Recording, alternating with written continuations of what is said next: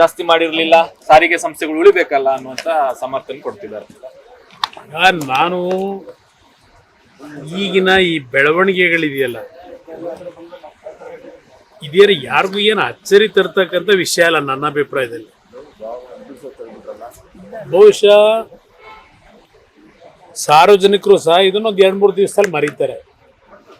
ಒಂದು 2 ದಿವಸ ಆಕ್ರೋಶ ವ್ಯಕ್ತಪಡಿಸ್ತಾರಷ್ಟೇ, ಒಂದು 2 ದಿನ, 3ನೇ ದಿನ ಇದಕ್ಕೆ ಅಡ್ಜಸ್ಟ್ ಆಗ್ತಾರೆ. ಏಕೆಂದರೆ ಹಿಂದಿನ ಹಲವಾರು ಸಂದರ್ಭದಲ್ಲಿ ನೋಡಿದ್ದೀವಿ.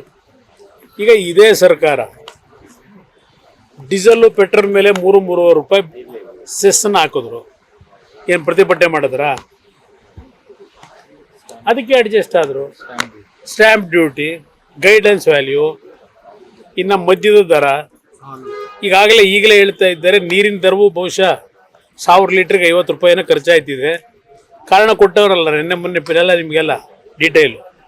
ನೀರಿನ ದರದ್ದು ಏನಾಗುತ್ತೆ, ಹಾಲಿನ ದರ ಏನಾಗ್ಬೋದು, ಇದಕ್ಕೆಲ್ಲ ನೀವು ಹೊಸ ವರ್ಷದಲ್ಲಿ ನಾಡಿನ ಜನತೆ ತಯಾರಾಗಿ ಅಂತಕ್ಕಂಥದ್ದನ್ನು ಸರ್ಕಾರ ಈಗಾಗಲೇ ಸಂದೇಶ ಕೊಡ್ತಾ ಇದ್ದಾರೆ.